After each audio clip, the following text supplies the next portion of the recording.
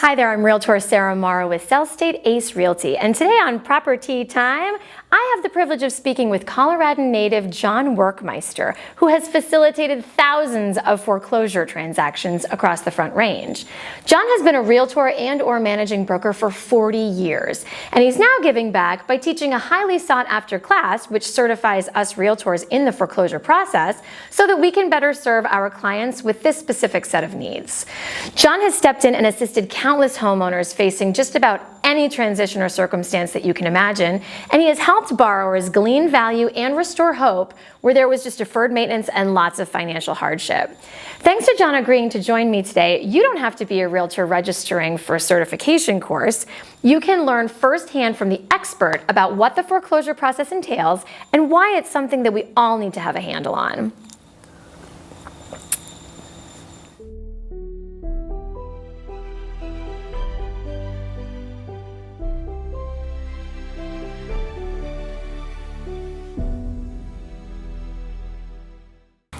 Hi there, John. Thank you so much for joining me today. Well, thank you. Thank you for having me. You bet. So let's jump right in. So you have taught me in class that a foreclosure is a process by which an owner's right to their property is terminated, mostly, I think always, due to failure to pay mortgage payments. Valid. And then they're in a space of default on their mortgage. Yeah, so the process starts where, unfortunately, they've lost or they're losing their home because they haven't made payments. After 30 days, that's when the default process starts. And it takes almost 120 days before they would actually officially lose their home. But during that time, there is means to recover. Can you talk about what those means are and how it is that a realtor like yourself can step in and actually make a difference? Sure. Well, first off, there is a forbearance program that the mortgage company would work with them. The first thing, Sarah, I always recommend that they do is make a phone call to the lender to ask what their possibilities are for remedy. And understand that the consumer, they're in fear, denial, maybe angry, they lost their job, maybe a divorce, many different situations can cause this, and they're afraid to call the lender. But by calling the lender, they have a better chance of having a workout situation. What can the real estate agent do? Many things. First off, can actually get involved with the lender and make that phone call together.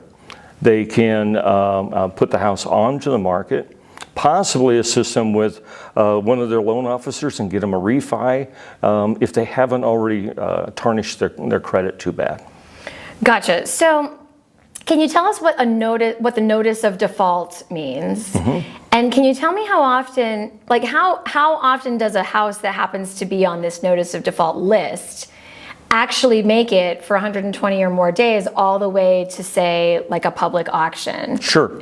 Well, first off, notice of election and demand, that is the first time that the public will be made aware that unfortunately the borrower is in default.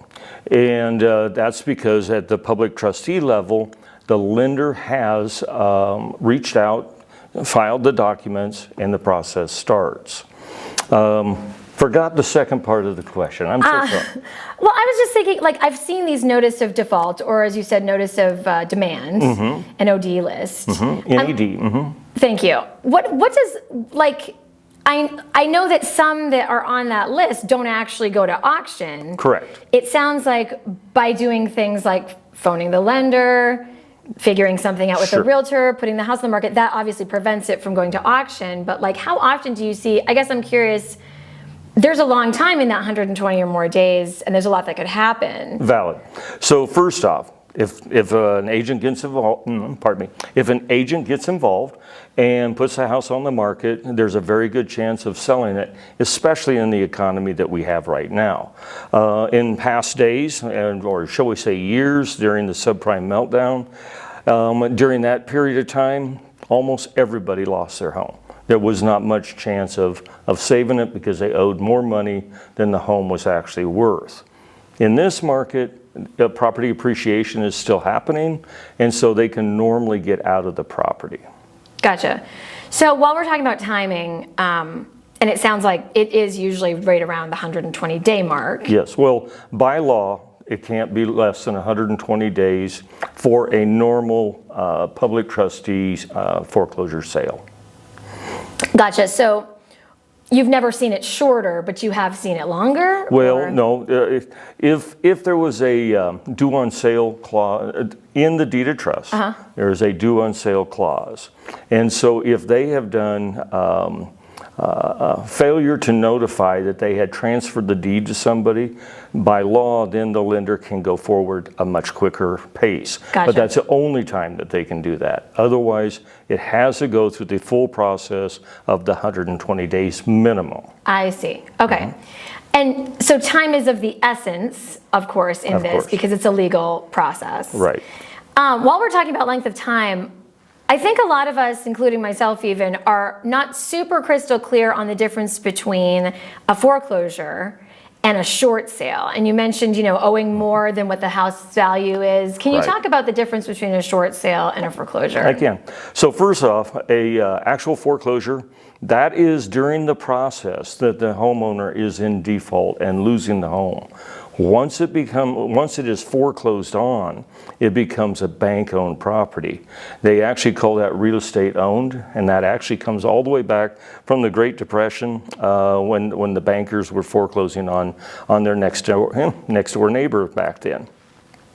But the short sale, that is a possibility where then the homeowner can go to the lender, explain to the lender that through their real estate agent that there is no way they're going to get all of the money back that is owed on the property, and would the lender entertain a lower offer. I see. So I'm not 100. I've heard the word, just to kind of going alphabet soup and translations and definitions here. What is an REO then? Is that the same as a bank-owned property?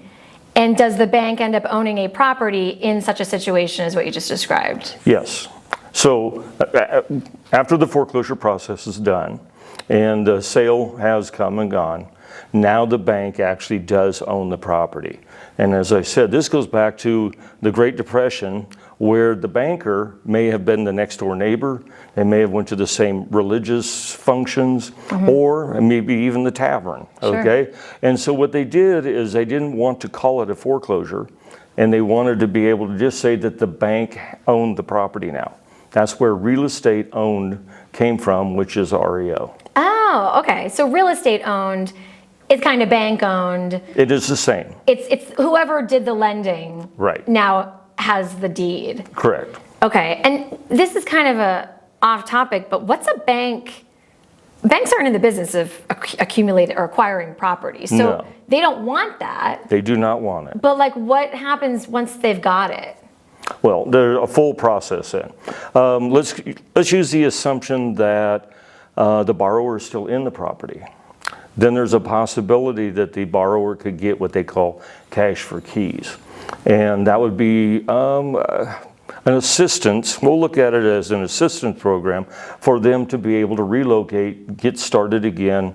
And that dollar amount can be $5,000, $10,000 to help them to get going again. As this market is continuing to change and the foreclosures come back, we may even see it as a larger dollar bill because our property values have gone up so much during that time. So when you say in this time, and since things are changing, do you mean, is it, I hate to always blame the interest rates, but do we see foreclosure numbers go up when rates go up? Is it just general economy affordability issues? Is that a giant question? Well, it is a giant question. I love the question, but it's a giant question.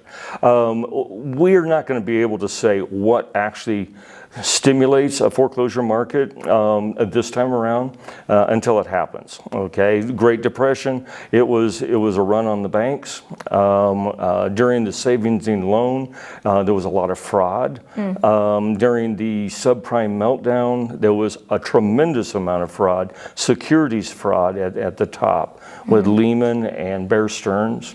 So this time around, yes, I do think interest rates are having a huge impact on the market slowing. So could that affect things? Yes, it very much could. Right. So interest rates is just one part of it. Correct. You mentioned cash for keys, and I've done some real estate investing training. Can you talk about, is that something that a bank can offer? Is it something that an investor usually steps in on, or like? No, this would be from the bank. They will work it through a foreclosure specialist. We call them an REO broker, but the REO broker will then show up and address this with the default borrower, which unfortunately no longer has any rights with the property. If they don't accept that, then it gets a little bit sadder, shall we say, because then there will be the day that the sheriff actually shows up. The broker will show up with a crew and move them out to the street. Got it. Yeah, that is heartbreaking, but I can see the process now. Excuse me, I've heard a lot about win-win situations, and you've done so many of these, and I've done zero. So I'm wondering if you can share, not really a story or an anecdote, but where are opportunities for win-wins? Like where can, you mentioned that a homeowner can get back on their feet with like 10 grand. Are there other things that can be done to help? Or have you seen any other win-win situations where it really is best for everybody to start again? Right. Well, great question. If we're able to get the property listed, get it sold, they're going to be able to walk away with one of two things. They're going to walk away with equity or possibly the salvage of their credit. Their credit will be actually tarnished, but it would not be a true foreclosure on their record. So that would be a win-win in that aspect, that they could go back and start. They may not be able to buy a house for the first couple of years, rent, and then be able to get a new loan. The other win-win is truly the cash for keys. It allows them to reset their life, move on. So it is usually either cash for keys and then go rent someplace and start over, or list and successfully sell the property and leave with equity or cash. Those are usually the two best case scenarios. Correct. Cool, thank you for and that. I'd like to add one more. There is a forbearance program that the lender will offer, and what that does is it actually puts the payments that they've been behind on, we'll put that at the rear, at the end of the mortgage, and allowing them to basically reset right for a moment. The problem with the forbearance is there's a lot of provisions in there that all favor the bank. So so the borrower has to be very careful with that. So, but that, yes, you have to pay more interest, and yes, you have to read the fine print, but you're saying that is a way to kind of defer some of the expense and still make up for that lost time. Correct. Okay. Wow, cool. Could you talk about, you mentioned that like their credit's going to get a little banged up in this process. Oh yes, very much so. And I imagine other financial things kind of fell by the wayside too. What else? Is this like a bankruptcy? Does this like stay on your record for 7 years? Does this like, put you at risk and get you no rental opportunities and no job? Like what's the real impact of having a foreclosure on your permanent record? It's a great question. I can only answer a portion of it because I'm not a lender, okay? But what I've seen is that yes, it's going to stay on your record, but from what my understandings are, after about 2 years, you can get financing again to go buy another home. So you got a 2-year period in between. As a landlord, if you understood that it was actually a homeowner, obviously that lost their job, they now have another job, they're probably a pretty good risk for being a tenant because they understand homeownership and not maybe destroying the property, those types of things. You mean a low risk? Yeah. Like they're probably still a decent tenant if they've got 2 years to get back into the swing and they've had some experience. Correct. I really think there's some truth to that. Like, okay, we've all had our credit banged up, we've all had life circumstances happen, but like, it doesn't necessarily mean that you're like the worst ever tenant, the worst ever buyer, the worst ever employee. It's just like things happen. That's correct. Well, I think I'm pretty much out of questions. I guess I wanted to ask you, are you, I know us realtors have to sort of be, a lender at times, even though we're not supposed to, and a therapist at times, and we have to answer a lot of different questions about a lot of different things. You've obviously worked firsthand with people in a really difficult, transitional, stressful, Correct. high anxiety, low resources time. I mean, you seem so cool and collected. You've done thousands of these. Do you find that you are kind of good with people in stressful situations? Are you someone who's really like, you kind of take it all in stride and you don't take on all their hardship and anxiety? Like, how are you all in one piece? Well, I might be able to say that I drink too much because of it. Hey! Okay. What's in that mug? Oh, and a little bit of hair loss. And oh, by the way, I used to have brown hair, right? It is very stressful and heartbreaking. I have so many heartbreaking stories that we could sit here for hours, unfortunately. I've taken people, and when I first encountered them, total anger, total denial. They're even telling me that I'm incorrect, that they're current on their payments. And then it goes through the next steps. And I've literally had to move out a grandpa, probably my age now, but a grandpa and grandma with their children and then their grandchildren were all living in this home. And we had to actually do the eviction that day because he did not believe that we would actually go through with that process. In the beginning, as the sheriff went up and knocked on the door and we started the process, very, very angry man. By the time it was done and I'm talking with him and basically counseling him on what was next, he's giving me hugs, he's crying. And so, yeah, there is a nice part to it, but it is very emotional. It is very emotional. So you've got to have a thick skin. You've got to be a real human. You've got to have some patience and some willingness and some time, but they come around. I mean, life does go on. Right. Well, I really commend you for talking people down off the ledge in that circumstance. I would not only feel unsafe, but scared, and you've you've just done it every day. So yeah, I well, really commend you. it is very concerning. When you first walk up to that door, you do not know what you're going to encounter. Right. You don't know. So I have a little bit of experience with the eviction process from like a property manager rental standpoint. Yes. Does the sheriff showing up and taking, possession of the home in a foreclosure look a lot like that same eviction process with a renter or tenant? Yes, very much so. It is identical in the aspect that sheriff shows up at a scheduled time. They are notified. It's posted on the door. Sheriff shows up, instructs the real estate agent or the landlord to stay out at the edge of the street, only because they don't know. Safety-wise, they don't know what type of mental emotions are going on the other side of the door. Once they've explained to them that they're going to be being moved out, they're allowed to go ahead and move out their personal items as long as they're not interfering with the crew. The crew is going to take all of the furniture, possessions, everything out to the curb. They will not load it on the truck for them. So it goes to the curb. This is a very sad part, and that is if the default borrower did not prepare for this and they don't have a truck, technically their personal items are at risk of being taken from the neighbors. Wow, tough break. But yeah, I mean, so words of wisdom again, just be prepared. Be prepared, believe it. Truly believe it. Right. Don't be in denial. Those notices are real. The process is going to happen. And so try and plan and work ahead. Make the most of it. Yeah. Got it.